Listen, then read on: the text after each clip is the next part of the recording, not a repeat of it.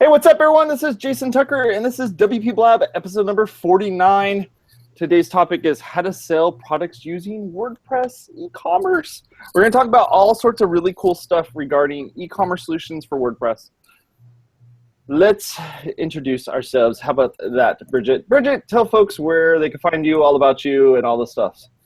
They can find me at BridgetWillard.com. I'm the marketing manager for WordPress, a plugin development shop in San Diego whose flagship plugin is Give, the most robust online donation form and donor management system. GiveWP.com. I had a really hard time holding that one in. I was going to laugh. Robust! Robust. Well, it actually is, though. So that word is growing on me. It's growing on me. No joke. I'm Jason Tucker. You can find me over at jasontucker.us, where I blog and do all sorts of fun stuff over there. I do a couple different things over at WPmedia.pro and over at WPwatercooler.com. We do a whole bunch of shows over there. Feel free to go check those out. We would appreciate it. We got a really cool guest today. Somebody I met you only like a few times, but I think we finally got to hang out last time in WordCamp Phoenix, and that is breakfast. Scott. Scott, tell us a little bit about you.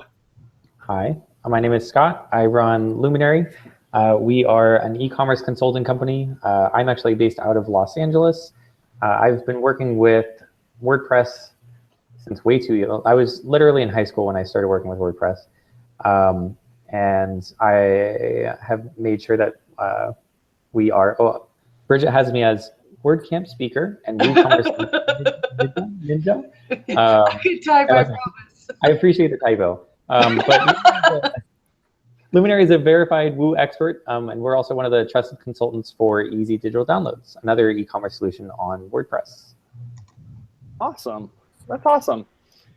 Is that the only thing that you guys are focusing on, is just e-commerce stuff?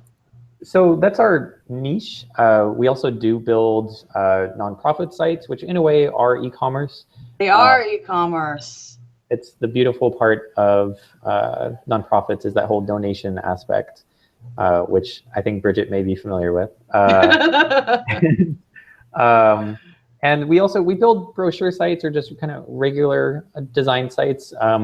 But for us, we are focusing on e-commerce just because it's one of those things that a lot of developers want to avoid due to the complexities, or it's something that a lot of people just don't want to kind of deal with all the security side and all the other aspects that go into it. And that's when we say we're in, right? Like that's where the challenges come in, and the more exciting parts come in, rather than just kind of building a brochure site and walking out and being done. Awesome. Awesome. Well, thank you for being on.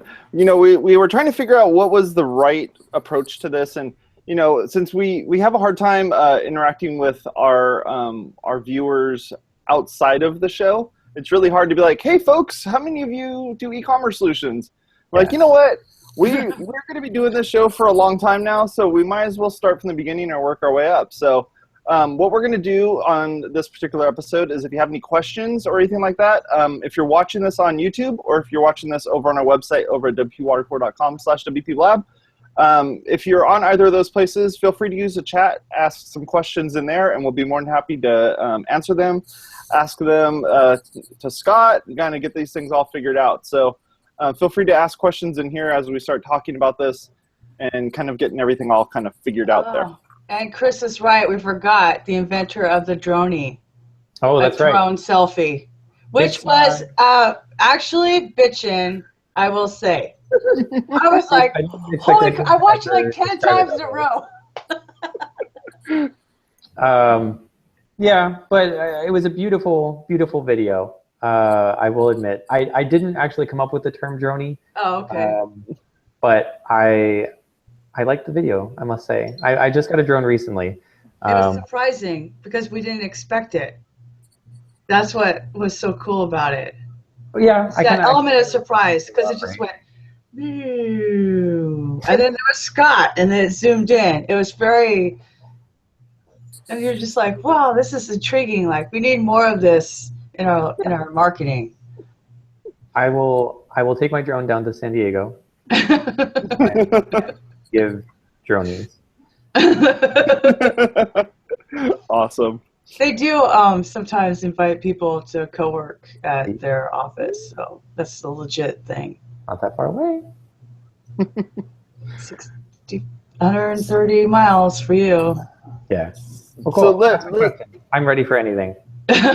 Nice. So let's talk a little bit about like where you started in e-commerce. Like, what was the first thing that first site that you built that was either for yourself or for your mom or for your whatever, and you just built the site and were like, okay, we can now sell something. Sure. I did a gift basket website where this lady was building her own gift baskets and she wanted to sell it, and I used this horrible thing called OS Commerce. And I built the whole thing in OS Commerce, and then the customer used it, and she used it for a couple years, and then ended up ditching the whole thing. So yeah, I'm curious, what was it that you started out with? So the first one that I would have built would have been on WordPress. I would have still have been in high school, I think, actually. So probably back in 2009. I built a WordPress e-commerce site, and it was on some really bad plugin. Thankfully, I actually don't remember the name of it, but it was like, a 2009 site, as in like everything was even like, especially the WordPress backend was not styled that well. Right. So I think that was one thing that has definitely over time that's improved, where the backend for all of these different e-commerce tools has definitely improved. I don't think it was, James was saying shop. I think it was like WP, I don't want to say one and then it's like a really well-known one now. Right. But back then it was really not, I mean, it worked, it got the job done. It was basically for one of my clients who, they were selling an ebook course. And so we put together a whole entire page for them. We made it so you can go on, pick out the course that you want, and then be able to check out with PayPal. And that was it. The whole operation worked. So one thing that we can actually talk about is what happens after you get the site together. So we, like on my part, she called me in and said, hey, I want you to build out this site. And then she was going to work on the sales, the marketing, all the other different pieces. So I logged in probably actually like 6 months after we launched it, and just to see how things were going, check up on everything. I hadn't heard from her about it, and there was no sales, literally zero sales, right? So she had spent a lot of time building all these huge books and courses, and nobody had actually purchased it. So that is one thing that I have done this talk at a few different places, here at WeWork, which is where I'm at right now, and as well at the WooCommerce meetup. It's basically, the presentation itself is called eCommerce Step 0. And it's all the things that you should do before you launch your website. A lot of people will kind of get excited by all of the WooCommerce extensions that are available, or sorry, I guess I won't mention any other platform and their beautiful extensions that are available. No, we are not sponsored by anyone. Feel free to give WP and all their beautiful extensions. No, it's like a lot of people. What happens is they will they see all the extensions that are available on any platform, and they think that in order to be having a successful site, they just need to purchase the extensions and install them. So they say, hey, I bought $300 worth of WooCommerce extensions and I installed all of them. Why am I not getting any sales? And if you think about it, really anybody with a few $100 can do the same exact thing that you just did right then. So what makes you special, right? What is that unique selling point that makes it that people want to buy from you compared to your competitor, compared to just not buying at all, compared to you're talking about like marketing? You actually have to like think about marketing when you're building a website? Yes, and the beautiful. I thought you just build it and then they come. That's not how this works? That's crazy talk. It's tough because we can mock it, but it's an easy trap to get into. It's so easy to build a website with WordPress, to build a site with any other tool that's out there, and to quickly put it up there. And nobody really talks. It's more talked about how to quickly get a site up And there's no magic trick or like install button to get marketing, right? There's no button that you press that makes it so you get more visitors to your site that are actually interested in what you're offering. Sorry, I wasn't mocking you. It's just this ongoing conversation that we've been having, because I keep saying the reason why a website exists is for marketing. So you can do all the technology you want, but you still have to build relationships. You still have to communicate with your audience. Yeah. So if you say that, I was like, yes, a developer that's saying we need marketing. Yes. Bring it Yeah, on. No, I don't think you were. I didn't think you were mocking me. I thought. Oh, okay.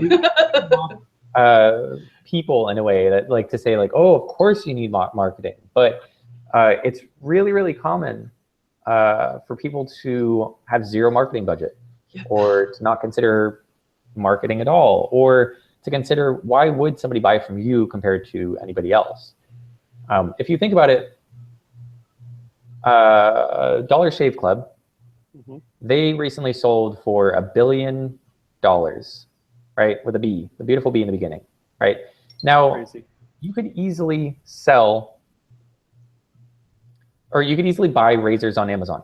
You have been able to do that today, the day that they started their company, days before that, years before that. You could buy it from Amazon, from any other service.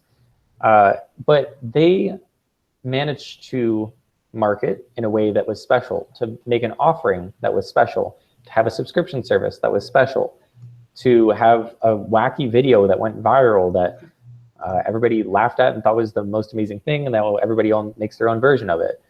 So they were different, and that takes a lot of work. That takes creativity, that takes effort, that takes time, and not just installing a site and being done.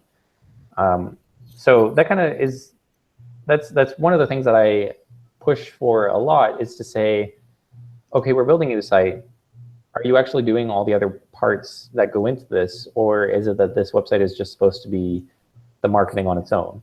And that's another piece in the presentation that I do, is that I say there is no magic traffic fairy, there's no magic sales fairy.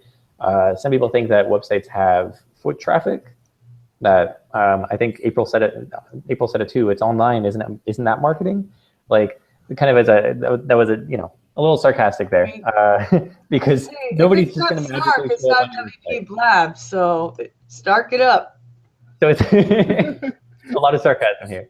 Yes, it's so what was interesting. One of the things you just said is that there's this this idea of kind of window shopping in a mall, like walking through the mall and just like looking at what's what, and then going from one store to the next. Well, when you're running your own e-commerce site,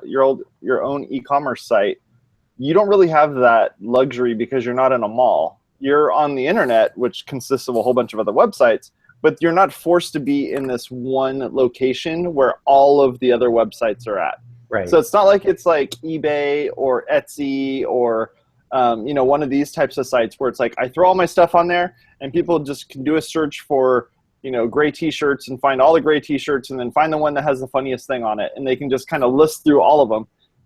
When they go to your website, they're seeing your stuff and your stuff only. Okay. So unless we come up with some and I'm going to date myself here, come up with some like web ring or some weird something or another where people can kind of jump between sites, you're going to have to do really, really well at marketing your own site and getting people to come to it and check out all of the great products that you have. So, well, I don't really have that. We're alluding to this beautiful thing called a search engine, which does allow you to go and jump from site to site that offers the similar thing. Yep. But that's a whole nother battle. Oh, wait, since you've talked about the search engine, can we insert a question from the audience? Sure. Of course we can. April's question belongs right here. This is how we do it. Are we messing you up, Scott? I got it. Okay. So April says, I want to know how others handle tracking WooCommerce and WordPress e-commerce with Google Analytics conversions. Sweet. How does that? So there actually is an extension, and it's not on WooCommerce.com. Let me pull it up. Commerce. We've used it on quite a few different sites. All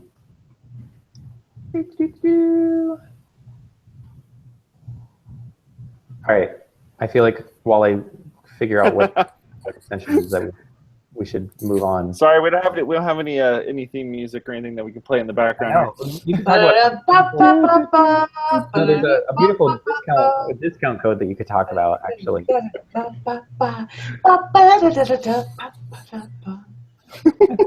70s dating show. Sorry, we're totally getting sued. That was before your time, my friend. Enhanced e-commerce Google Analytics. Okay. But I thought it was.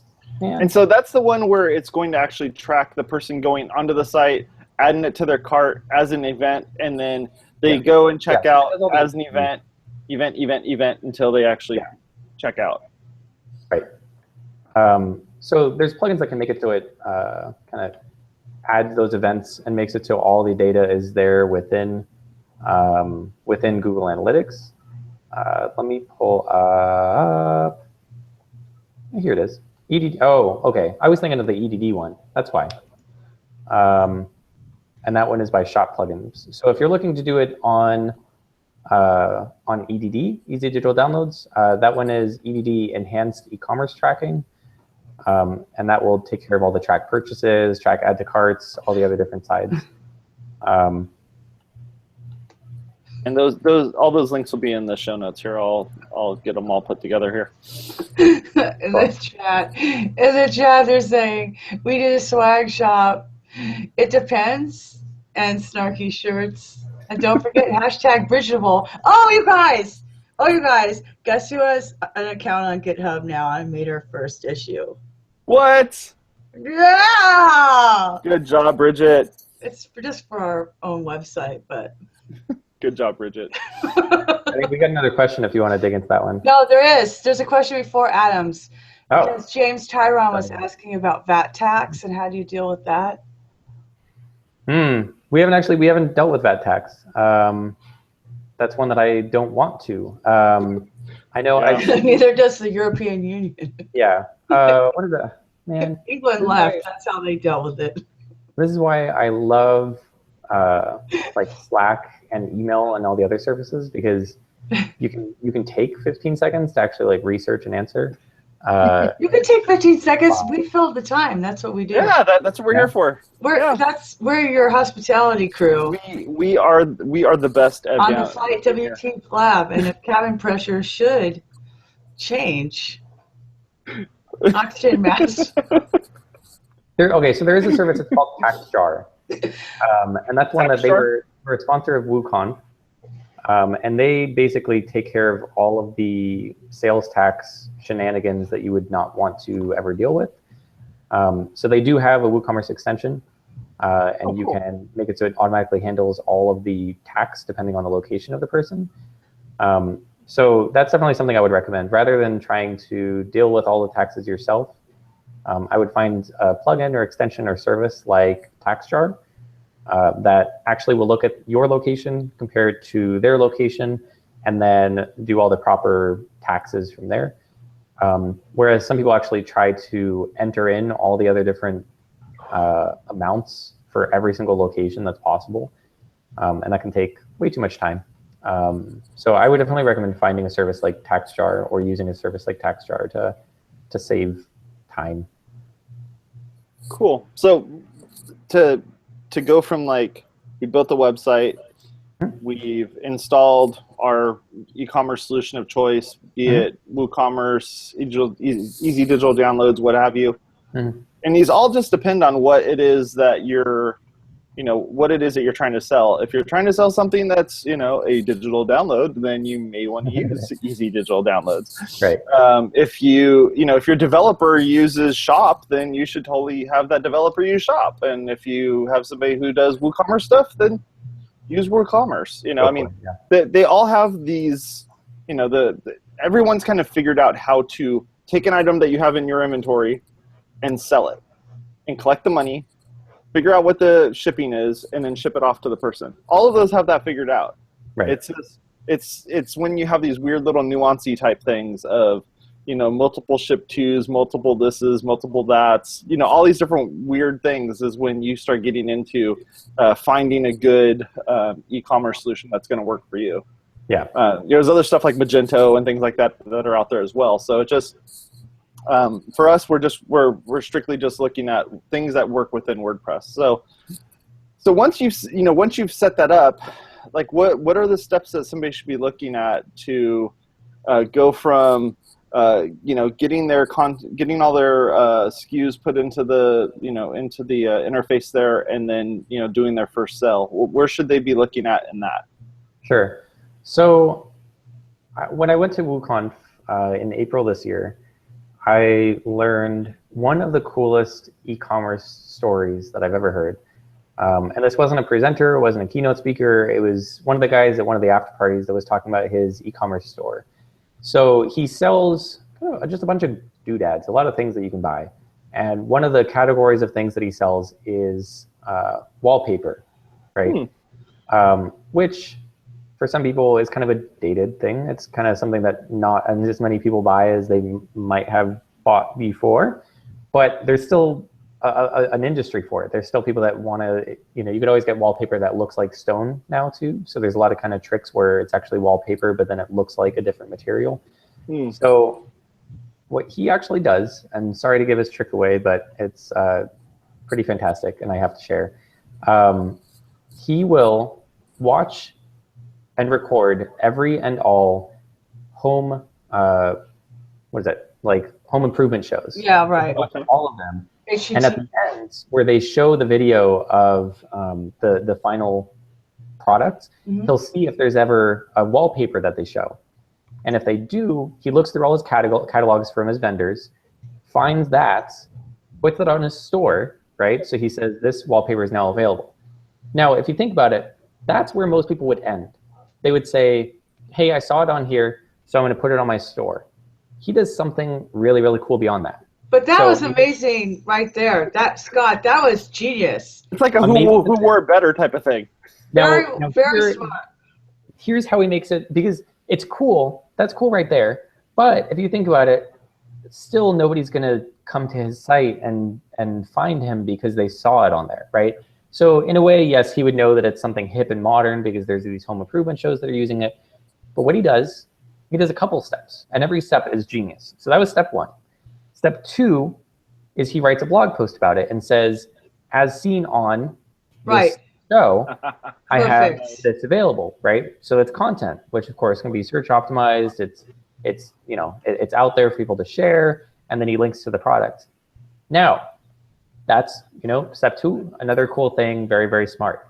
Step three is where he'll take that blog post and share it on all of the mom and a family mom Facebook groups, or the fan pages of the show. That show, the blog post on those Facebook groups, and he'll say, hey, you remember that wallpaper that everyone was talking about because we thought it was cool in the last episode?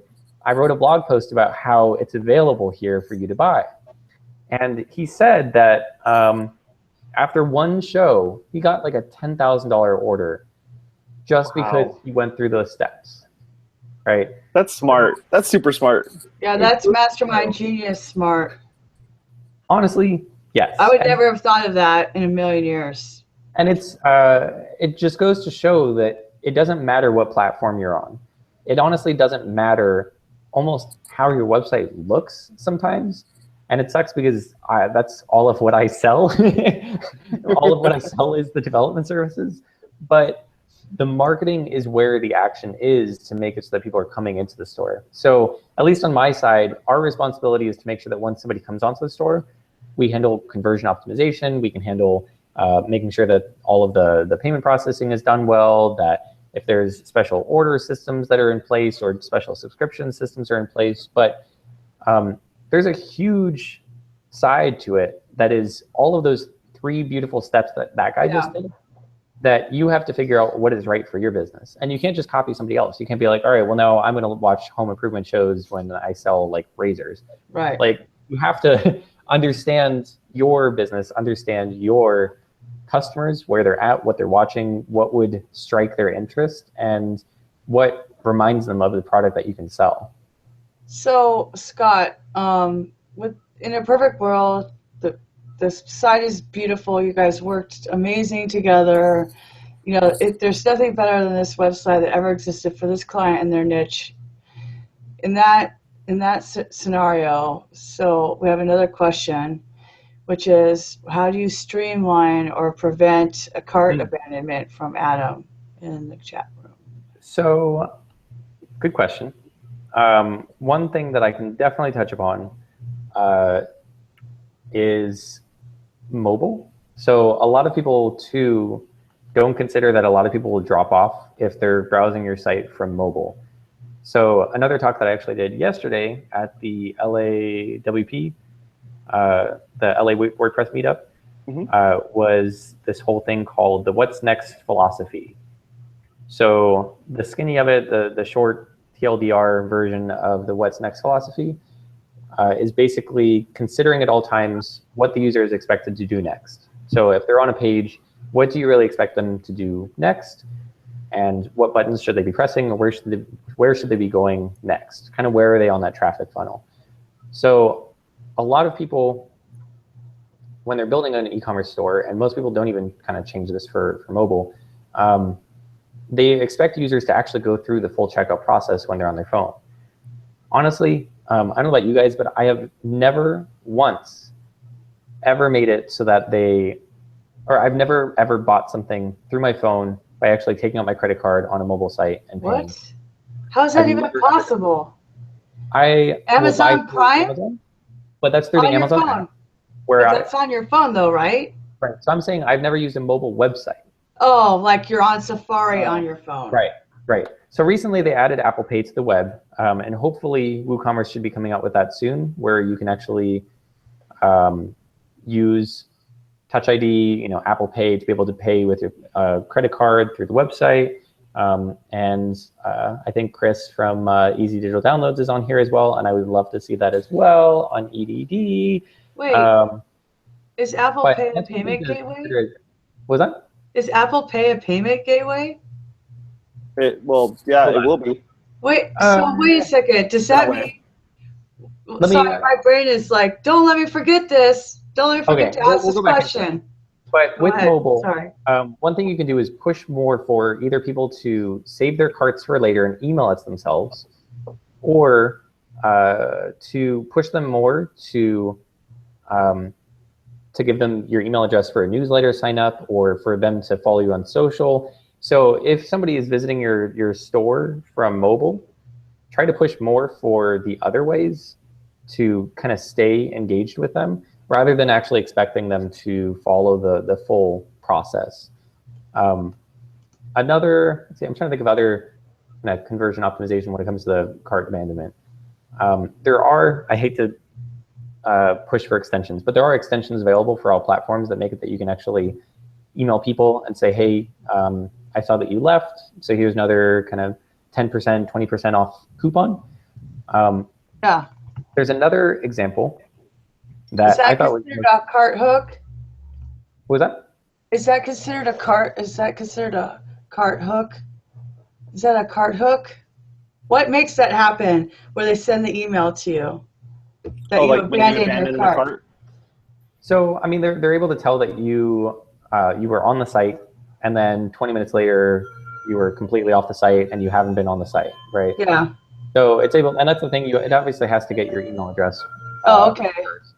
But one cool thing that another company has done, they make it so if you start moving your mouse towards the close button, right, you actually pop up with a full screen pop-up, and it says, wait, before you leave, we're going to send you a free sample, right? So they sold barbecue sauce, I think, or it was some other, I think it might have been spices. It was something food related.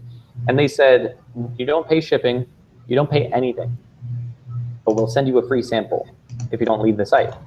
So they saw a tremendous amount of people complete that and then turn around later and actually purchase them. So that's definitely one thing to consider, is to actually, those you have to use with caution, and you have to make it actually a compelling experience. So I always hated that if I'm just like leaving a blog and they're like, wait, here's another story you should read. And I was like, no, I'm just leaving your blog. But if it is that I'm tempted to buy a spice or a sauce or what have you, and they just so happen to throw me with a free sauce or spice, then I can't say no to that. So can I ask you a question? I know, like, I'm really more interrupty than your style, but I think we can still be friends, right? Okay. We're always friends. So I'm sorry, I'm holding myself back. I just went on Facebook and checked my notifications just to make sure I wouldn't interrupt you. Well, we were talking about Apple Pay. I don't know if you wanted to get into that. No, I mean, I will ask you that question later. Sure. Because, write it down. Of course, online donations. I see. This is just a sponsored. Market research for Give. No, because we were talking. Not sponsored. Come on, what are you talking about?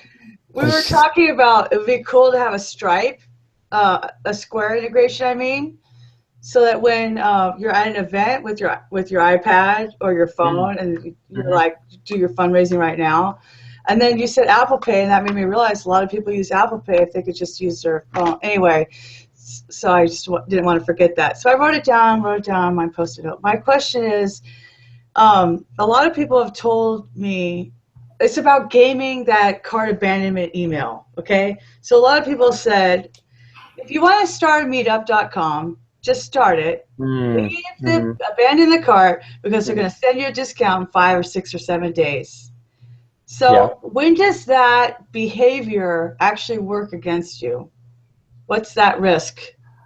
So I'll say a couple things. One, if you're the size of Meetup, you're doing pretty good. Like, if people are talking about how to game your e-commerce store, you're doing pretty good. So I wouldn't worry about that. Like when you're at 10 sales, 20 sales, 30 sales, that's something that you're going to handle that when you show up on Retail Me Not and when you start showing up on all these other sites that share your coupon codes. And if you're at that size, like, bravo to you. You're doing really, really awesome. Now, the other thing is that the cart abandonment coupon should not lose you money, right? So it should be seen as like the loss of income should be seen as a marketing expense. So it shouldn't be that you're like actually making a negative profit on something, right? Unless it is that you are selling them a subscription, and so you make, maybe you don't make any money on the first month, and then you make money after that. But that's loss kind of the leader, an intentional loss leader. Exactly. Exactly. Okay. I love having the marketing person here. So I love being called a marketing person. Yes. Yay, Bridget. So I would say, don't throw a coupon code that's going to make it so you lose money. But honestly, coupon codes are meant to be a marketing tool rather than something that you lose money on. It should be kind of like if you look at the whole supply and demand curves, that the reduced price actually increases the demand and makes it so you make more money overall if you push it over the proper way, right? So if it is that you are reducing your price 90% and the revenue turns out to be only 10% of what you would have made before because the same amount of people bought, but everyone just used the coupon code, you're not doing so hot. But if you're using a coupon code and more people are buying from you, more people are creating meetup groups that they normally wouldn't have before and signing up for meetup that maybe would not have signed up for meetup, then you're doing good. So that's one of those issues. And that's even in WooCommerce meetups, in WooConf, in a lot of e-commerce talks. There's a lot of issues that people are always worried about that you really shouldn't worry about until you're making $100,000 a year through your website. So a lot of people are always concerned about what color should my checkout button be. I heard that red makes it so people think about food. So should I make all of my food e-commerce stuff red, right? And yes, you can consider branding, you can consider colors, but before you spend 5 hours considering exactly what color is happening on here, on this specific button, make sure you're actually telling a message. Make sure that people care about you. Make sure that you're getting your first sale before you're worried about conversion optimization. those are some of the things that there's just a lot of stuff that people worry about when they shouldn't even be worrying about it yet. Yeah. So e-commerce, SSL, not SSL. Oh, come on. I guess I'll answer that one. Here's that softball. Let's throw it real quick. Come on, look at me asking a question about SSL. This is great. Jeez, I know the answer is you yes. get a GitHub, and now you're an expert. Oh, I got commented on make.wordpress.org too this week. I'm way leveling up. I think it's because I said there were some questions that people shouldn't be worried about until they're really big, and that's one of the questions that you should be worried about from the start. Yes. So don't take security lightly, even if you are small. So thank you, actually, even if I laughed at the question, thank you for proving that there are some things you should be worried about from day one, right? All right, so what about okay, we know that you're supposed to have an SSL certificate, but what about we got the new hotness now of being able to do Let's Encrypt. Is Let's Encrypt good enough? Yeah, that's the real question. Yeah. So the other kind of higher up SSL tools are more for either getting a higher warranty, which basically means that if something does happen, that they'll cover it, or if you want to get a wildcard SSL, which means that you can have multiple subdomains with the same SSL certificate, or if you want it so that rather than just having like a little green lock icon on Chrome, you get a full green bar that says your company name in the URL bar. But most people, like, that's really if you're Google or if you're one of these big e-commerce stores that you want to have the full bar. So Let's Encrypt is perfectly fine. And the greatest part is that they're really democratizing SSL. I have another provider that I've always gotten SSL certificates through, and they, for some reason, I don't know what's happening, but they goofed up on a couple SSL certificates and won't, when I press the submit button to get the SSL, it doesn't give it to me. And it's taken them about 6 weeks, and they still are like, yeah, we don't know what the issue is. It's like a big issue that we're trying to figure out. And in the meantime, I just installed the Let's Encrypt one, and I was done. So that's obviously kind of like anecdotal or a very specific case. But I do like that they're making it so SSL is more available and something that isn't, some people charge $300 a year for it or more. Right, it's spendy. And then they have those SSL certificate where it's like you're buying the SSL certificate and it says, by the way, for an extra $30, you can get one JPEG that has a little star on it that you can stick onto your website and you can feel special.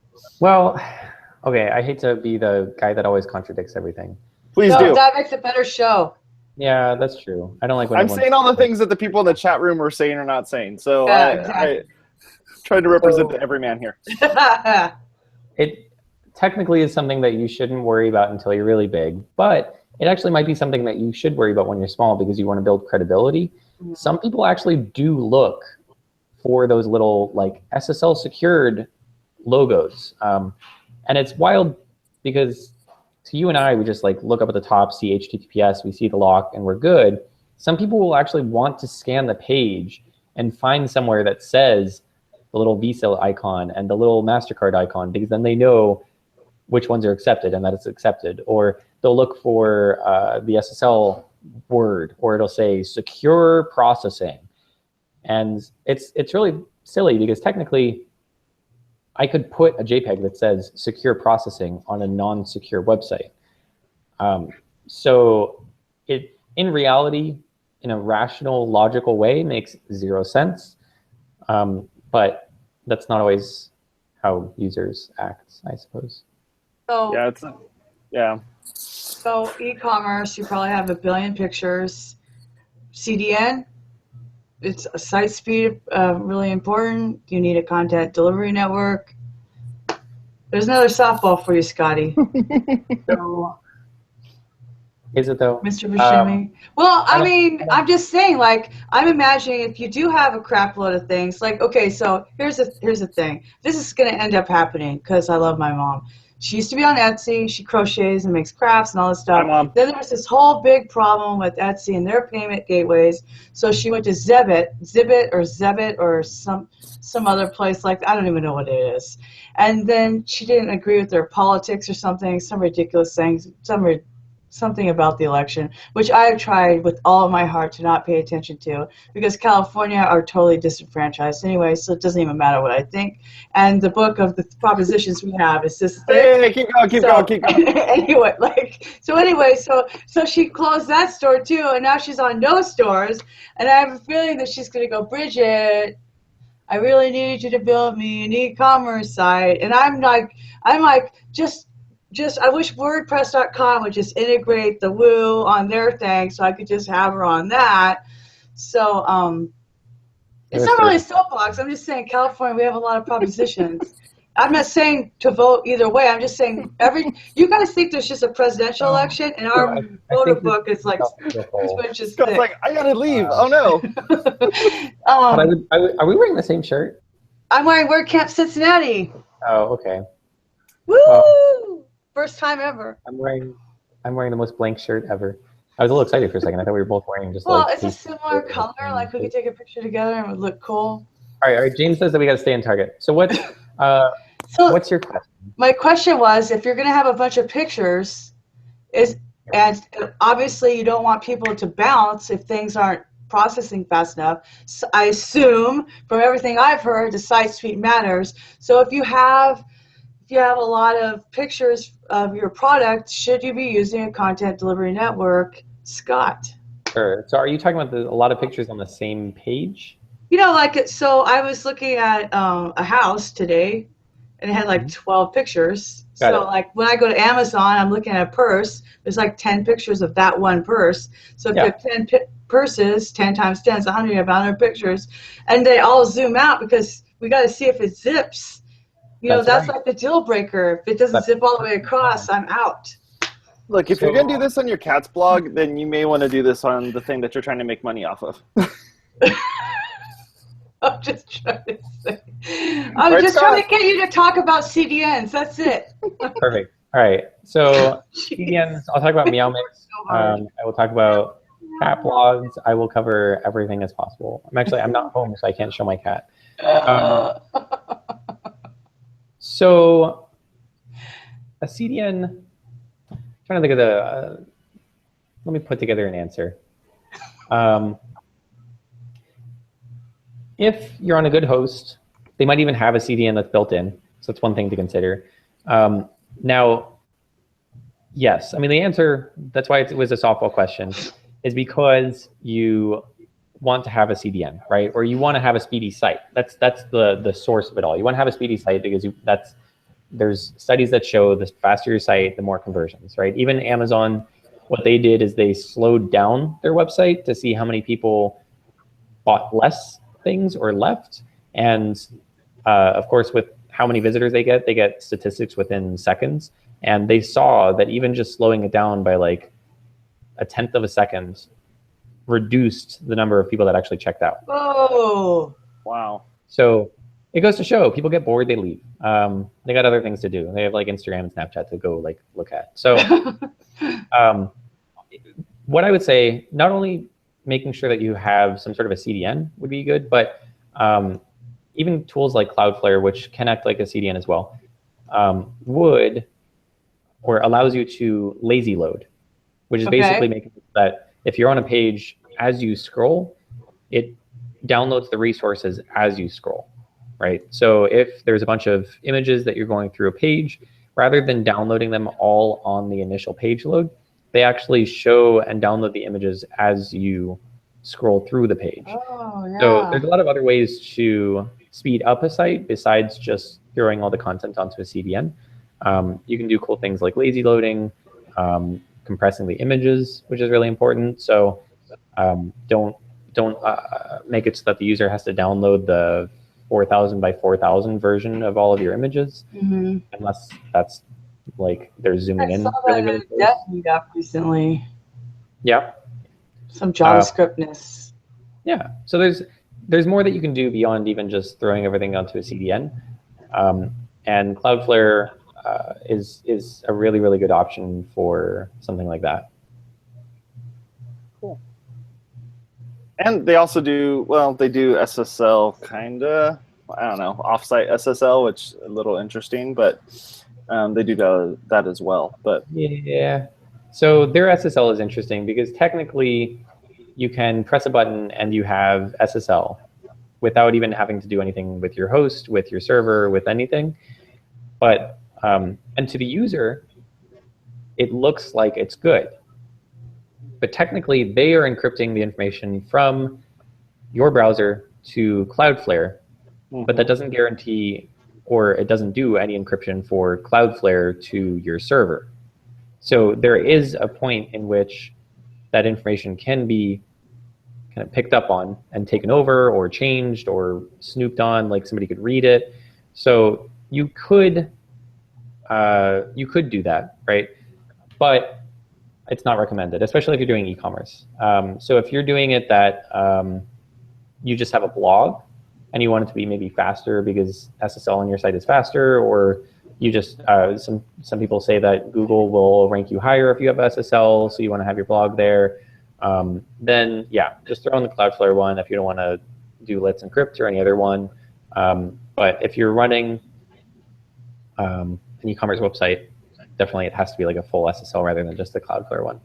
Definitely. Thank you. Let's see here. What else was there? There's a ton of questions. I know. Jen was asking about something called bounce help. We were kind of talking about this stuff a little earlier about people abandoning their carts, or they're about ready to move their mouse over and there's a an exit intent or something like that. So yeah, we did talk about that earlier. Jen. Yeah, I've never used that one, but I would love to know if it works or if it's good. And then there was another about how much on average do we spend on plugins per WooCommerce store, which is interesting because it's like if you're buying the plugin, that means that you most likely don't have the ability, or you don't want to spend the time to build the functionality yourself. Yeah. So you're a little bit fast forwarding through some of this stuff, which is fine. There's nothing wrong with it. But you're also kind of leaning on the fact that, or you're benefiting from the fact that they have other customers other than just yourself. And so that they've been kind of, vetting this thing and figuring out if it's going to work well for their other customers.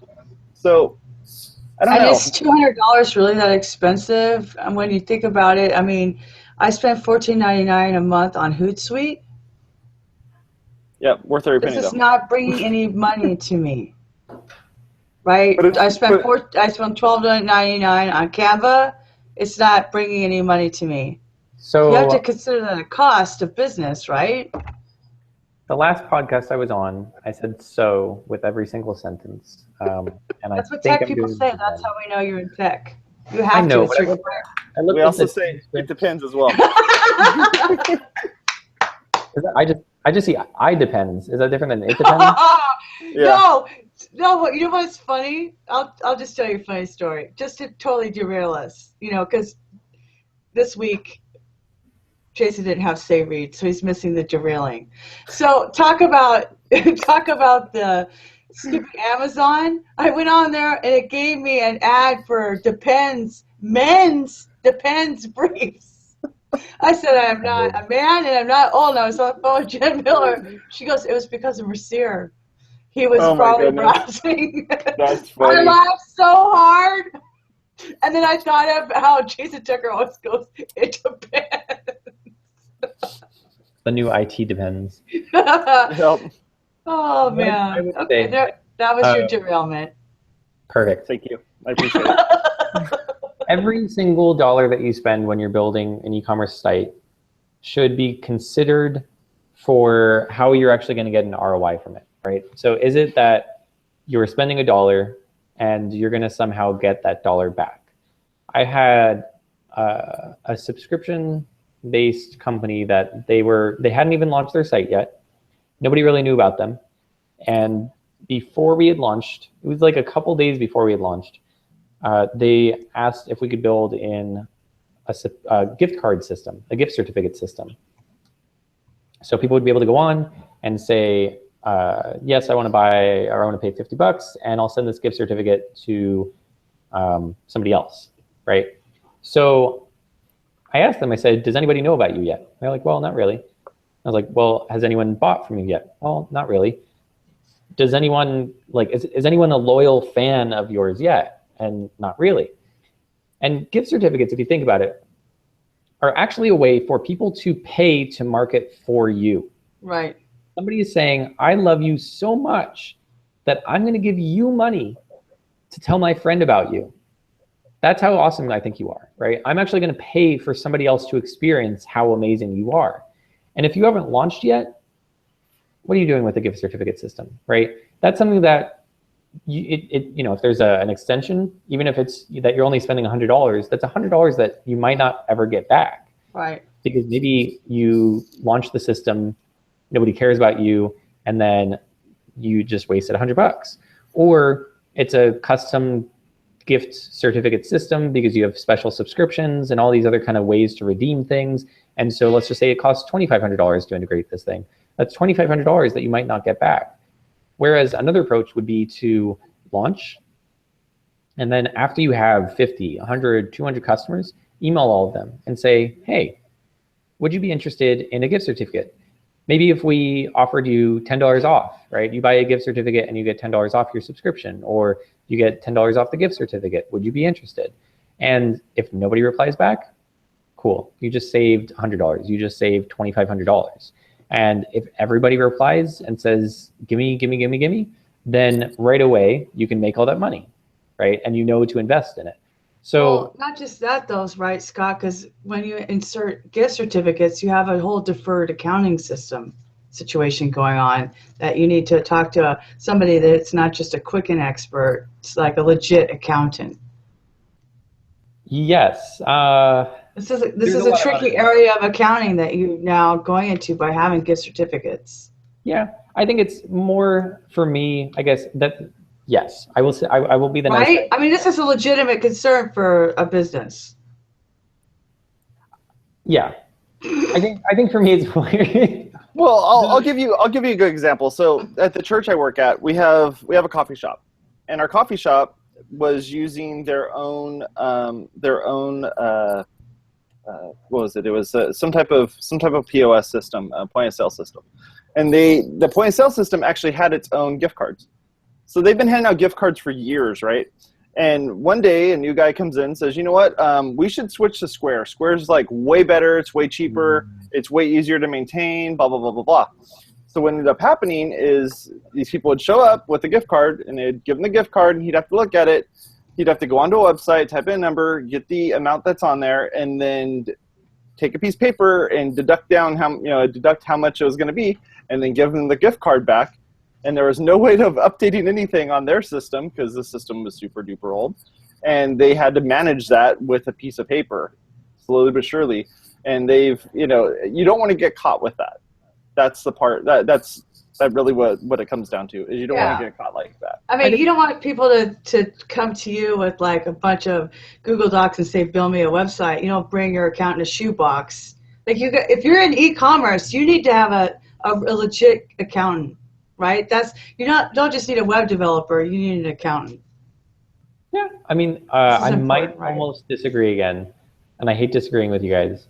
We like it. It's a better show that way. I think that these guys can't talk for themselves. That's another thing that you worry about once you're making money.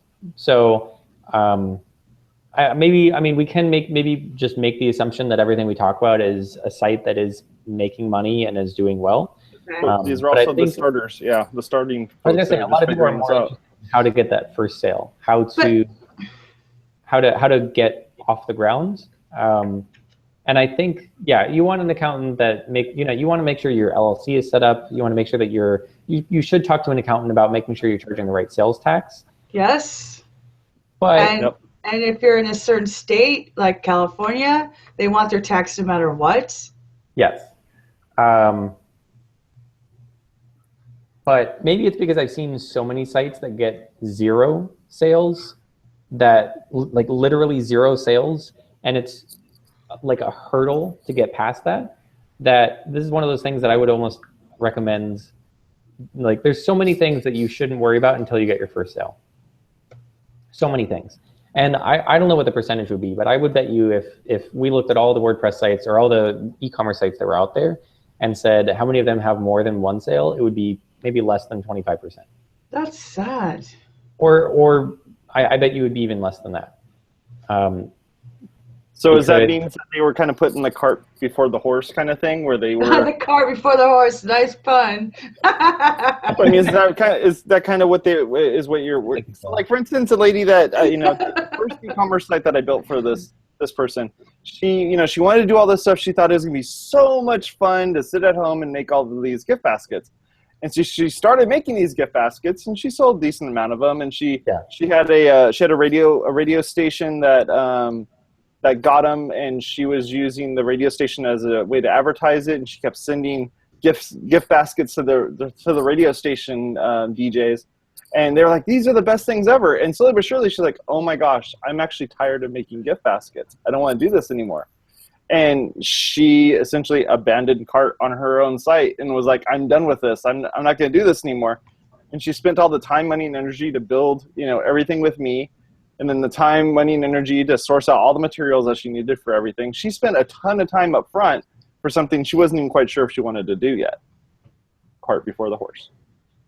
So that's I said so again. I want you guys to we should get like a little horn or something that every single time I say it. It's not bad. It's just we mirror language. If I start saying yeah all the time, you would start saying yeah. And then she's like she thinks that every single sentence that I say starts with so, and it's true. So I'm gonna fix it. So I sound like a better person. So I can be more. Thus, just. Start saying thus. That's going to be awesome. Get a thesaurus plugin. Say thus. With regards to there you go. As per. As we were discussing, as it is related to the previous discussion. Whereas we have agreed that Scott will be able to finish his answer. Whereas. Every single time I want to start a sentence, it almost comes out. We broke Scott, folks. I just want you to know we broke Scott. Oh, thanks for letting me laugh. All the podcasts before here, none of them broke you. It was us. Well, it was the first one that I wanted to be better, but I realized it's you are great. You're a great guest. Keep going. So,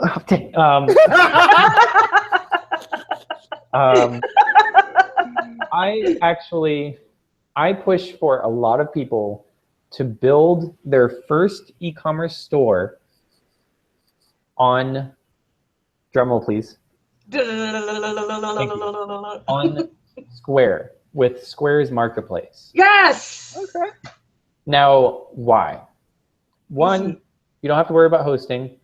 Two, you can throw your products up there. Three, you can at least have some branding, right? You don't have to worry about hosting it, security, payment processing. You don't have to worry about all these other different pieces. Everything is handled. You just worry about providing the product and being different and telling a story. Now, if you cannot sell your product while it's on Square, unless there's something about how Square is helping you to tell your story, it probably is that your product is not good enough or your marketing is not good enough. There's something else that's missing. Whereas, therefore, if you're just starting out, throw your products on Square. And that's a good test. That's a good test. So how do you? Sorry. Well, you can build a WordPress site. You can have a blog, right? You can have all these other different pieces. But if you throw Square.com, so just like the same company that provides the little credit card reader, they also provide the online store offering, and they handle the payment processing, they handle the hosting, all the other different pieces. Throw it on Square, and you don't have to worry about paying WooCommerce your annual extension fees. You don't have to worry about all these other different pieces. And you don't pay anything until you actually get your first sale. Then you pay your 3%. Scott, I'm curious. So how do you get? Because now, if you're telling somebody, hey, I want you to go, you want to sell something, I totally get it. You should definitely sell something online. Here, go to this website, fill out this information, and get your site going. I'll even help you drag and drop all the pieces onto the page, because this is like, it's like Squarespace for the most part. Drag and drop all the little pieces onto the page, and then hit the go button, and then hopefully the money will start rolling in. Hopefully. How do you get them to go from the, okay, now I'm making, a couple $100 a month, a couple $1,000 a month, and I have this super ridiculously simple drag and drop interface to do this. Okay, now we need to start using WooCommerce. And it's like, oh, so it used to be that I could just drag and drop all this stuff onto the page, but now I got to like hire a guy to figure out how to do all this work. Sure. Good point. So, oh, dang it. I'm so bummed. It's fine. You get a shock if you really are that into the behavior modification. Yeah, we'll set up an if this and that real quick, and then we'll use Zapier. Oh! I feel like though if I keep on just stopping every sentence that I'm not going to actually say anything. So how do you get them to go from? I'm just going to say so, and I'll deal with it. Do it. It doesn't matter. We don't care. It's your own self. I do. Okay. So how do you do it then? You get. Jason. You move to WooCommerce or a structured solution when you don't want to worry about dragging and dropping images. When you're at the point as a business owner that you're not the one that handles all the content management. When you're not the one that handles the day-to-day designing. So I'm just going to say so. I actually recommend a lot of people now to use Squarespace when their budget is really low or when they're just starting out. A lot of people will say, I have $1,000, build me a site. And I say, no, go to Squarespace. Don't pay anyone else to make you a WordPress site for $1,000. Go to Squarespace, because you can drag and drop, you can make the site, you can do all the other different things, you can piece together a lot of different things and not have somebody else that you have to pay to add different content or to add different features. You can do it all through the Squarespace interface. Now, when you're at the point that your company can be structured to have set ways of content management, to have set processes for how people check out, for how people interact with your site, how people are upsold through additional products on the cart page, once you have data that you can start understanding how people interact with you and how people are interested in you, that's when you can get into WordPress, when you can get into WooCommerce, when you can get into a sophisticated solution that actually answers all the different pieces. So you guys in the chat, it sounds like you agree. A lot of people will disagree with that and say WooCommerce, you should just do it out of the box. But that's my way, is to say, I'm all on the ROI side. All I care about is making sure that when somebody has $1,000, that they don't burn it building a WordPress site that they could have actually just built in Squarespace. So if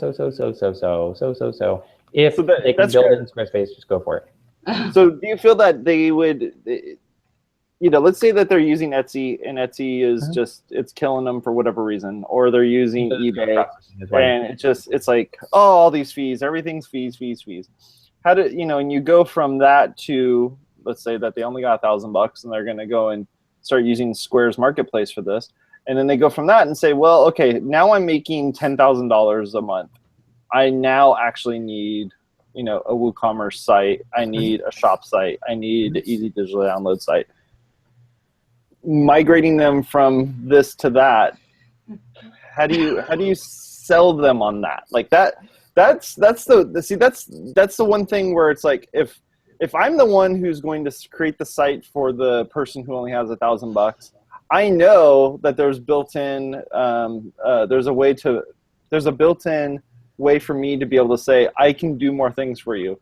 Where if they're just using Squarespace or one of these other things, there is no way for me to get in on it, or anyone else, because they're kind of stuck using that, or they're so comfortable using it that they're okay with that. My way of doing sales. I'm not a sales guy at all. Well, maybe this will be helpful then. Please. My way of doing sales is that I don't sell solutions to clients. My clients sell me on their problems, right? And I sell them on, or they honestly have to sell me on the solution too. So right. if let's just say they come up and they say, I want to build a WordPress site or a WooCommerce site, a WooCommerce store. And I have this a lot. People will say, I want to build a WooCommerce store. And then I say, why? And they're like, well, I'm on Etsy right now and I'm paying 10% or whatever percent. Right. And I just want to pay my payment processing percent. Right. So right away, you can tell that they were trying to push for a solution rather than their problem. Their problem is that they believe they're paying way too much money.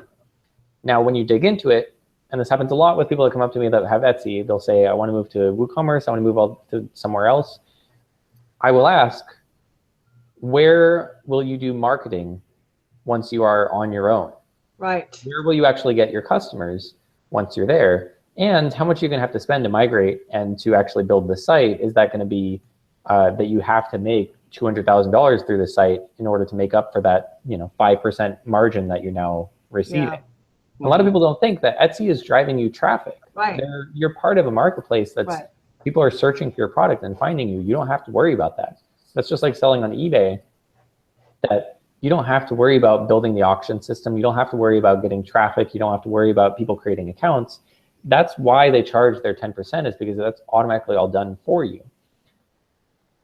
That means that when somebody comes up to me and says, I want to build, or I want a WooCommerce website, I make them sell that solution directly to me. So if we can't go through the process of really digging through their problem and understanding why they are wanting to move, I make them sell me on it. And right. Sometimes if they can't sell me on it, I say, I don't think we're good. This is not a good idea. Even if technically I would have made money on it, right. I would rather work on a project that I know is good for the client and worthwhile for the client, rather than something that they heard it was a good idea, so they're just going to do it. It's why people are on Indiegogo or Kickstarter, because it's the community's built in. Yeah, that's true. And actually, really, as a quick side thing, sorry, my brother-in-law wanted to build an app and actually hardware that was related to it as well. And he had asked me, he said, how much would it be to build the app? And honestly, I always say, if you're going to build an app, the app minimum is going to be $30,000 to do it. That's like just getting out the door, $30,000, even if it's not complex, that's how much you're going to spend. And he goes, geez, that's a lot of money. Like, do you think, is that a good idea for me to do it? And I said, no. What you should do, take $2,000, create the most beautiful video in the world that displays a prototype or a concept of what your app and hardware would do, throw it on Indiegogo, have people give you $30,000 as pre-orders, and then now you didn't outlay $30,000 in risk. You now have $30,000 that you can invest in actually building the product. So that's another solution, rather than even going onto Square, is to spend some money, build a beautiful Kickstarter, Indiegogo campaign, and see if people actually care about you. Because then you have their marketing tools, you have their exposure, and you have a way that you don't have to spend $30,000 to figure out if your idea is good or not. Yeah, it seems like a lot of people just want to build their own island, and then they realize that they need to actually pay for the shipment of people to the island to buy the things so that they can then ship them back. And oh my gosh, all these people ate everything. Now I have to have restrooms? Are you kidding me? Like, it's like one problem after another that they have to deal with. That's a great analogy. That'd be a great blog post. Yeah, I don't write. So too bad. I'll just put it on Indiegogo. So, the reason why I was saying that, Scott, and to kind of defend my my crazy way of thinking in that, is that we had people that were in the chat room who were saying that $300 was just way too expensive for one little solution to a problem that was happening within their solution that they were coming up with, their e-commerce solution.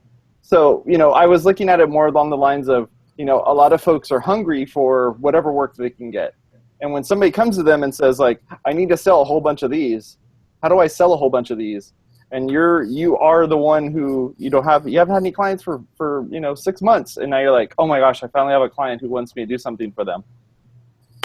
That was kind of what I was looking at here, because to complain about $300 for something that's a very it's providing a good solution to a problem. I don't know. $300 that's 3 hours worth of coding time. Do I want to spend 3 hours? That was Chris that said, you're paying for just a couple hours of development time, but getting hundreds, if not thousands, of hours in return. Yep. And version after version after version of that solution that they came up with from all their customers that have ever used this thing. That's why you're leveraging that. So I don't know. I think if you are going to consider building your own island and getting all your own people to get there, then you need to provide them with good, kind of good solutions to make it all work out. But I do know some store owners that they only make one sale every couple months. And then when you do look at the WooCommerce extensions and you say, oh, we made $500 through our site this year, and we're paying $500 in extensions, like, oh my gosh, what are we doing? And the question is, what are you doing? Like, don't do it anymore then, or work on your marketing, or. But that thing was calculating the shipping for me. Come on, it was calculating the shipping. It's like at that point you could have just calculated the shipping yourself, called the customer up and said, hey, by the way, here's how much it's going to cost you, and that would have cost you less than $300. Yeah, I know it's tough. If you're worrying about, and this is I feel like I've always been hesitant to make statements that would be controversial or not rub everyone the right way, but I think that's how life goes. So if you're worrying about a $100 extension, you're not making enough sales, or you're not doing good enough. Your site is not doing good enough. Now, if you're worried about the risk of spending $100 and then it not paying off, one, either the potential reward of what you're going for is not high enough, or two, like we talked about with the gift certificate system, work out ways that you can test and see if it's a good idea before you even outlay any money. Talk to people, see if they would pay for something, if they would care about it, if they would subscribe when you add a subscription system. Because there are some extensions that are $300, and that still is $300. So if you add, I think even James was talking about the bookings extension, which is $250. If it is that, let's just say I, as a consultant, wanted to add the bookings extension to my site, if everyone continues to email me and ask for consulting time over email, or if nobody actually wants to book through a website in some way, then I just wasted $250 that I could have used for something else. So ask your customers, say, or honestly, force your customers, like say, oh, you can only book through the website now, right? And then that way you actually get some value out of it. But then you have to ask, if you have to force people to get onto your site, then why are you even doing it in the first place? Instead of just creating a better process that they actually want to use instead of emailing you. Right. As an employee of a plugin development shop, I feel like it's my responsibility at this point in the show to remind everybody, as James has brought up, and Adam, that when you're buying extensions and licenses, you're paying for continuous product development and support. It is GPL, this is WordPress, fork whatever you want, but if it breaks, it's not anybody else's problem. Lovely people like me have jobs because there are other people like you who decide that it's worth it to pay $176 for recurring donations, which increases donations by 40%. So like, and the fact that like we use Beaver Builder, we're happy to pay $100 because it saves us money instead of having to outsource to a developer. Like we're not thinking like business people when we're doing this. And not only that, but you're using code that was volunteered for free, and the vast majority of the software you're using is free, and to pay just a little bit is really not that much. And I like that you're saying, well, if you can't afford it, maybe you're not in the right space. Maybe you should be on Etsy, and that's okay. Yeah, that's fine. Yeah. So, well, like for instance, Bridget Fox, that's funny. I'm sorry, but like this is literally how I have a job. So I have to be a little bit passionate about it just for the other side, right? I totally, yeah, no, I get it. And that's the thing is, like, for instance, to go back to what you were saying about the recurring giving thing. Yeah. So you can do recurring recurring donations, recurring payments, whatever, through PayPal. Like you could just totally just do it through that. Yeah. But you don't get it integrated within the solution that you're getting people already to use. Using. Right. Yeah. The trick is that a lot of people believe if you make it more seamless, then more people will sign up, which is true. Yeah. So if you have a manual sign-up process for recurring payments through PayPal, then less people are going to do that than if you just have a simple, seamless way on your website. But is that the difference between 0 customers and 1 customer? Probably not. Is that the difference between getting a 4% conversion rate and getting a 5% conversion rate when you had 100,000 people visit your site over the past month? Yes. But do you have 100,000 visitors to your website yet? And I feel like there are a lot of people that talk about e-commerce, that talk about conversion optimization, that talk about all the other cool things. And I don't know why I kind of feel like I'm the only one that really talks about the first sale, like the difference between 0 sales and 1 sale. Maybe it's because I've seen so many sites that literally, like, I'll log in and have to ask them if something is wrong because I don't see any purchase history, and then they're like, oh yeah, that's just how it is, and or what it is. But there's a lot of sites out there that they're going back to what we've talked about this whole entire time. Yeah. They're worrying about what happens when they have 100,000 visitors rather than just trying to get that first person to buy. So Scott, let me ask you a question, because this has been an intriguing discussion, and Jason's going to close it up in about 5 minutes. It seems to me, just from this conversation, which you and I have had a lot of conversations over the last year-ish, that we've known each other, 6, 9 months, whatever. Do you do as much consulting as you do actual dev work? About half and half? The beautiful part about the WordPress community is that nobody knows what I do. So I think a lot of people know who I am or that I exist. A lot of people know, or some people are starting to know Luminary, my company. But not a lot of people know what I do. And sometimes I have to ask myself that question. What is the MVP of Scott? I consider myself more, I do consulting, right? UX direction, so actually figuring out how websites should flow. And then from there, it's more business development. So I make sure that the agency is actually running, that we have people coming in the door, that we have sales. So I can do, oh man, I always say so. And I hate that I notice it now because it's actually worse. I can code.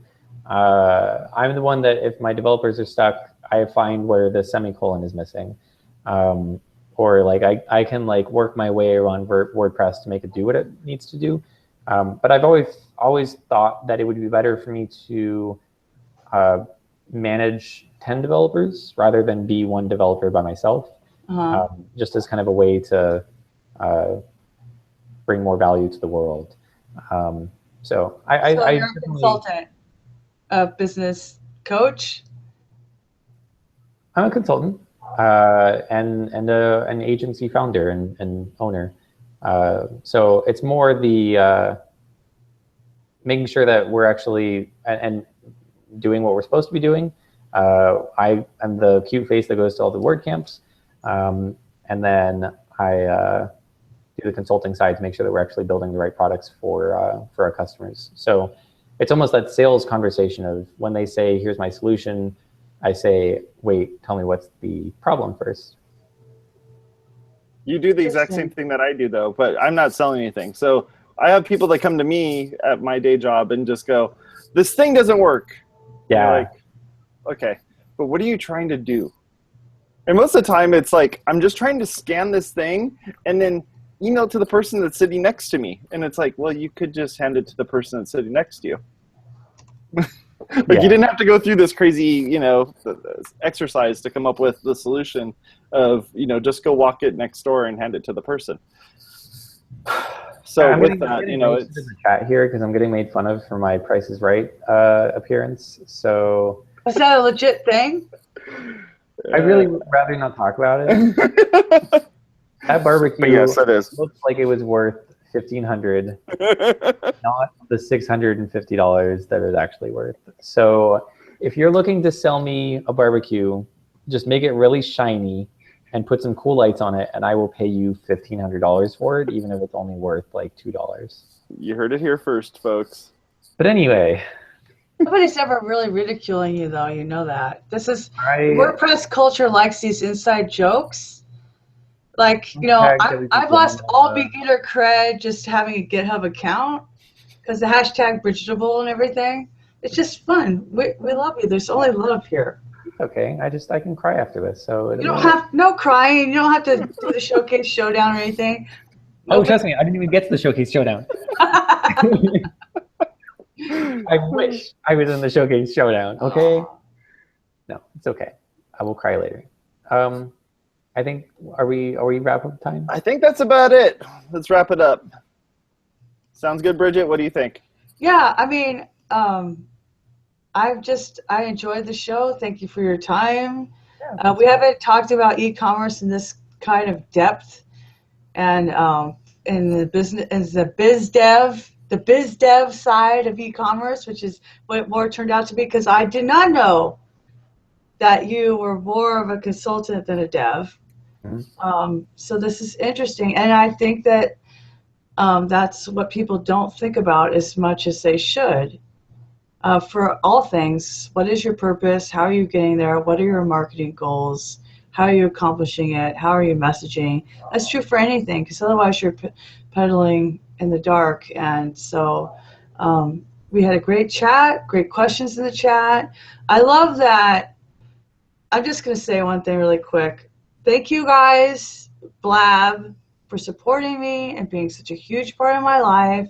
My first ever WordCamp talk. I had so many messages of love from this group of people right here in our living room.